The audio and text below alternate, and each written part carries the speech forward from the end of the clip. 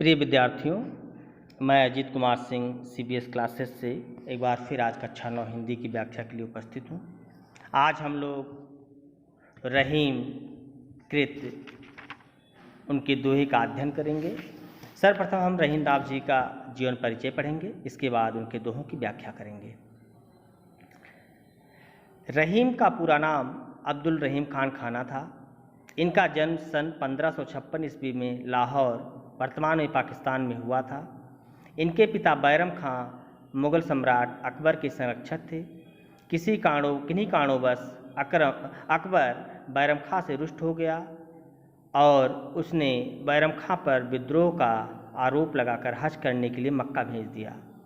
मार्ग में उसके शत्रु मुबारक खां ने उसकी हत्या कर दी।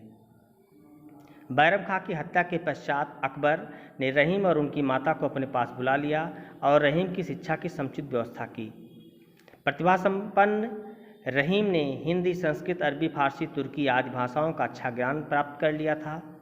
इनकी योग्यता को देखकर अकबर ने इन्हें अपने दरबार के नवरत्नों में स्थान दिया। ये अपने नाम के अनुरूप अत्यंत दयालु प्रवृत्ति के थे। मुसलमान होते हुए भी ये श्री कृष्ण के भक्त थे। अकबर की मृत्यु के पश्चात जहांगीर ने इन्हें चित्रकूट में नज़रबंद कर दिया था। केशवदास और गोस्वामी तुलसीदास से इनकी अच्छी मित्रता थी। इनका अंतिम समय विपत्तियों से घिरा रहा और सन 1627 ईस्वी में इनकी मृत्यु हो गई। साहित्यिक सेवाएं। पिता बैरम खां अपने युग के एक अच्छे नीतिज्ञ एवं विद्वान थे। अतः बालकाल से ही रहीम को साहित्य के प्रति अनुराग उत्पन्न हो गया था। योग्य गुरुओं के संपर्क में रहकर इनमें अनेक काव्य गुणों का विकास हुआ। इन्होंने कई ग्रंथों का अनुवाद किया तथा ब्रज, अवधी एवं खड़ी बोली में कविताएं भी लिखीं। इनके नीति के दोहे तो सर्वसाधारण की जिहा पर रहते हैं। दैनिक जीवन की अनुभूतियों पर आधारित दृष्टांतों के माध्यम से इनका कथन सीधे हृदय पर चोट करता है। इनकी रचना में नीति के अतिरिक्त भक्ति एवं श्रृंगार की भी सुंदर व्यंजना दिखाई देती है। इन्होंने अनेक ग्रंथों का भी अनुवाद किया। रहीम की रचना इस प्रकार है: रहीम सस्सई, श्रृंगार सस्सई, मदनाष्टक, रास पंचाध्यायी, रहीम रत्नावली एवं बरवै नायिका भेद वर्णन। रहीम सस्सई नीति के दोहों का संकलन ग्रंथ है। इसमें लगभग 300 दोहे प्राप्त हुए हैं। मदनाष्टक में श्री कृष्ण और गोपियों की प्रेम संबंधी लीलाओं का सरस चित्रण किया गया है। रास पंचाध्यायी श्रीमद् भागवत पुराण के आधार पर लिखा गया ग्रंथ है जो अप्राप्य है। बरवै नायिका भेद में नायिका भेद का वर्णन वरवै छंद में किया गया है। रहीम जनसाधारण में अपने दोहों के लिए प्रसिद्ध हैं, पर इन्होंने कवित्त, सवैया, सोरठा तथा बरवै छंदों में भी सफल काव्य रचना की है। इन्होंने ब्रज भाषा में अपनी काव्य रचना की है। इनके ब्रज का रूप सरल, व्यवहारिक, स्पष्ट एवं प्रवाहपूर्ण है। ये कई भाषाओं के जानकार थे, इसलिए इनकी काव्य भाषा में विभिन्न भाषाओं के शब्दों के प्रयोग भी देखने को मिलते हैं। अवधी में ब्रज भाषा के शब्द तो मिलते ही हैं, पर अवधी के ग्रामीण शब्दों का भी खुलकर इन्होंने प्रयोग किया है। इन्होंने मुक्तक शैली में काव्य सृजन किया है।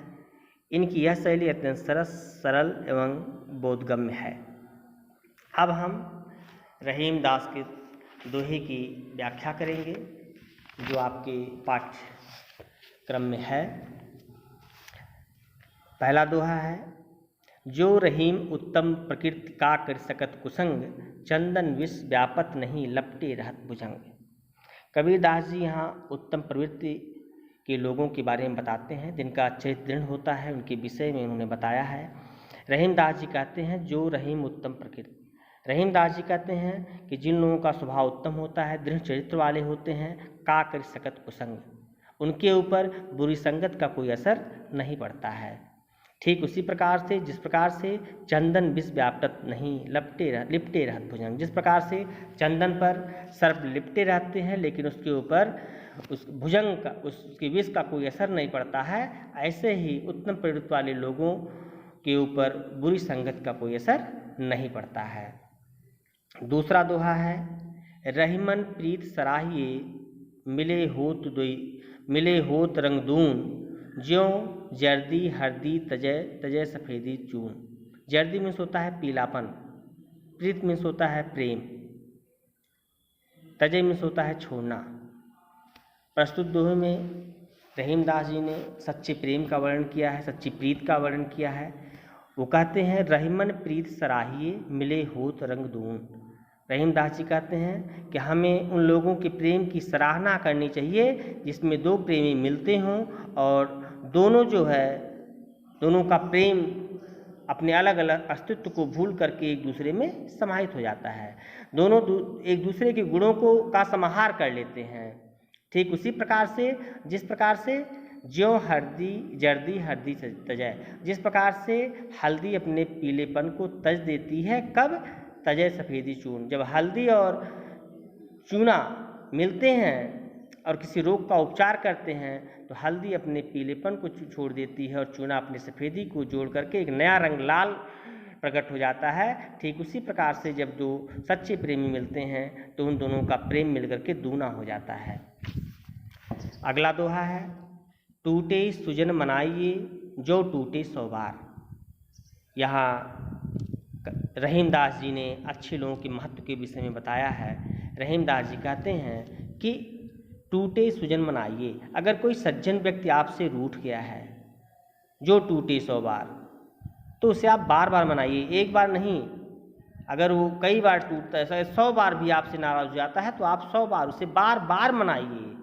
रहीमन फिर पोइए टूटे मुक्ताहार, क्योंकि वह आपके जीवन में बड़े उपयोगी होते हैं। जिस प्रकार से आप मोतियों के टूटे मुक्ताहार, जिस प्रकार से आप टूटे हुए मोतियों के हार को फिर बार बार जोड़ करके एक माला तैयार कर लेते हैं, ऐसे ही सज्जन लोग एक बार नहीं, अगर सैकड़ों बार आपसे टूटते हैं, नाराज होते हैं, तो आप 100 बार उन्हें मनाइए, क्योंकि वह आपके लिए हितकारी हैं। रहीमन असुआ नैन ढरी जिय दुख प्रकट करे, जाहि निकारो गेहते कस न भेद कही दे। यहाँ घर से निकाले हुए व्यक्ति के विषय में कबीरदास जी रहीमदास जी कहते हैं, रहीमन असुआ नैन ढरी जिय दुख प्रकट करे। रहीमदास जी कहते हैं कि जब ये हमारे आंसू आँखों से निकलते हैं तो हमारे हृदय के सारे कष्ट को व्यक्त कर देते हैं। ठीक उसी प्रकार से जाहि निकारो गेहते, जिस व्यक्ति को आप घर से निकालते हैं, कस न भेद कह दे, वह घर के सारे भेद को कह देता है, क्योंकि वह दुख में होता है। इस प्रकार से आपके जो आंसू होते हैं वह आपकी व्यथा को प्रकट कर देते हैं। कही रहीम संपत्ति सगे बनत बहुत बहुप्रीत, विपत कसौटी जे कसे ते साचे का मीत। यहाँ सच्ची मित्रता के रेफरेंस संदर्भ में कहते हैं सच्चे मित्र की पहचान कैसे होती है। कही रहीम संपत्ति सगे, रहीमदास जी कहते हैं कि जब आपके पास संपत्ति होती है, आपके पास धन होता है, बनत बहुत बहुरीत, तो बहुत प्रकार से लोग आपके मित्र बन जाते हैं, बहुत तरह तरह के लोग आपके मित्र सगे संबंधी हो जाते हैं। किंतु विपत्ति कसौटी जे कसे, लेकिन विपत्ति की कसौटी पे जो कसा, जो आपकी विपत्ति के समय पर काम आए ते साँचे, वही सच्चा मित्र होता है। इस प्रकार से रहीमदास जी कहते हैं कि विपत्ति ही मित्रता की कसौटी है। विपत्ति के समय जो काम आता है वही हमारा मित्र होता है। धन दौलत पैसा रहने पे तो हमारे पास बहुत से मित्र आते हैं और चले जाते हैं। जाल परे जल जात बहि तज मीनन को मोह, रहीमन मछली नीर को तव न छाड़त छो।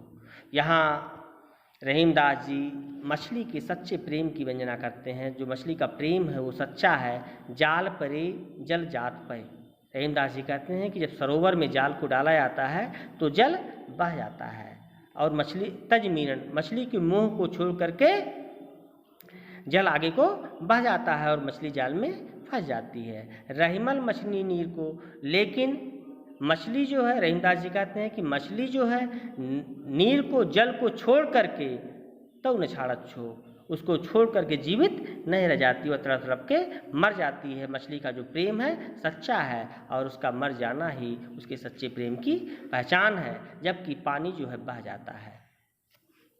दीन सबन को लखत है दीन ही लखै न कोई, जो रहीम दीन ही लखै दीन बंधु सम होय। रहीमदास जी कहते हैं कि दीन जो गरीब होता है वो सबकी देखभाल करता है, सबका सहयोग करना चाहता है। दीन ही लखै न कोई, लेकिन गरीब को कोई देखता है, गरीब की देखभाल कोई नहीं करना चाहता है। जो रहीम दीन ही लखै, रहीमदास जी कहते हैं कि जो दीनों की देखभाल करना चाहता है, जो देखभाल करता है, दीन बंधु सम होए, वह भगवान के समान होता है, वह ईश्वर के समान होता है। जो गरीबों का सहयोग करता है वह ईश्वर के समान होता है, क्योंकि दीन को कोई देखता नहीं है।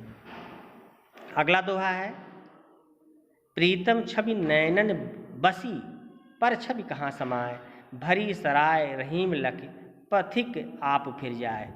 यहाँ पे रहीमदास जी ने ईश्वर के प्रति अपने अनन्य प्रेम की व्यंजना की है और उस पर प्रकाश डाला है।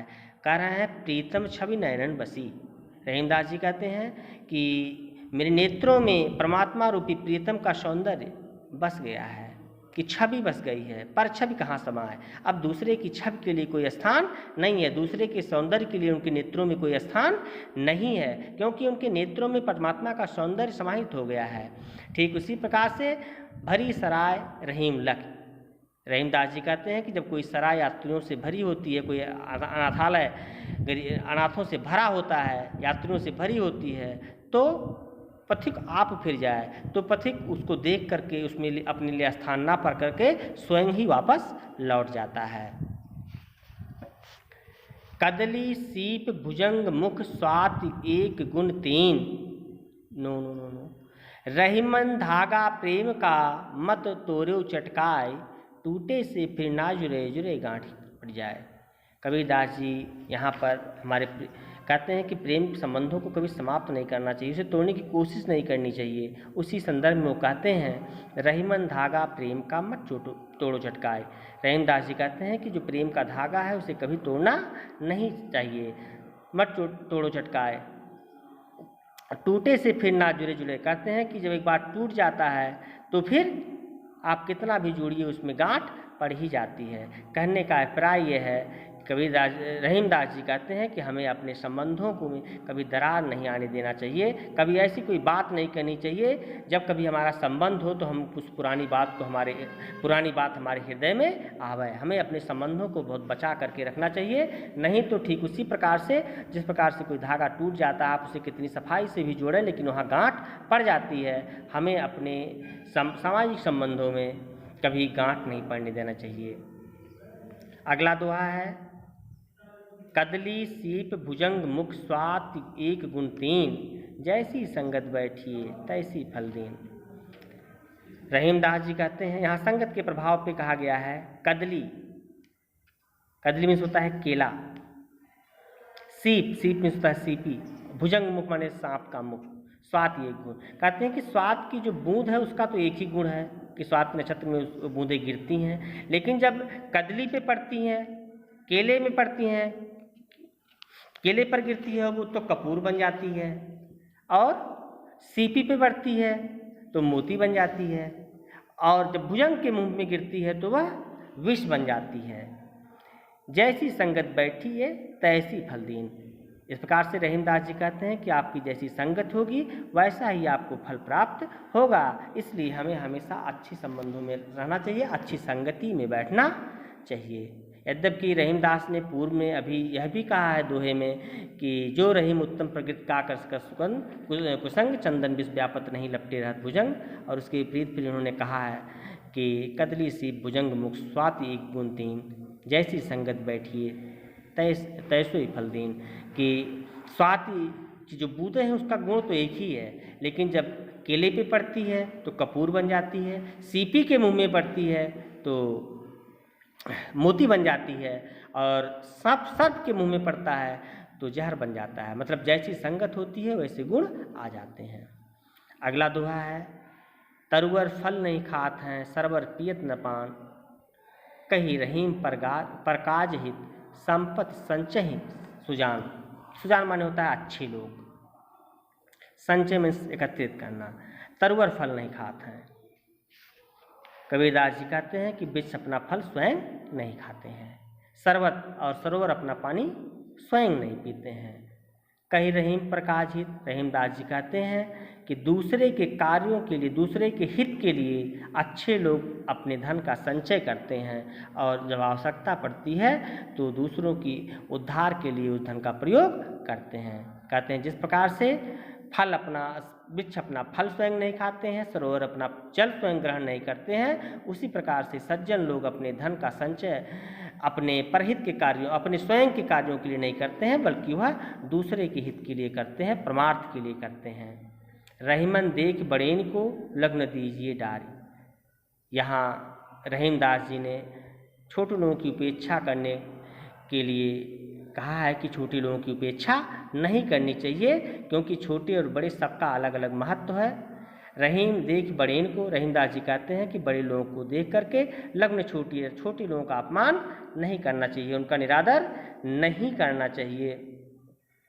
जहाँ काम आवे सुई, क्योंकि जहाँ पर सुई काम आती है कहा करें तो वहाँ तलवार की कोई आवश्यकता नहीं होती है, या उस कार्य को तलवार नहीं कर सकता। इसलिए हमें समाज में हर तरह के लोगों की आवश्यकता है, हमें छोटों का अपमान नहीं करना चाहिए, क्योंकि सबकी अपनी उपयोगिता है। यों रहीम सुख होत है बढ़त देख निज गोद, ज्यों बडरी अखियाँ निरख आखिन को सुख होत। रहीमदास जी कहते हैं कि जिस प्रकार अपनी बड़ी बड़ी आँखों को देख करके अपनी आँखों को अत्यधिक आनंद होता है, ऐसे ही अपने गोत्र को बढ़ता हुआ देख करके व्यक्ति को आनंद की अनुभूति होती है।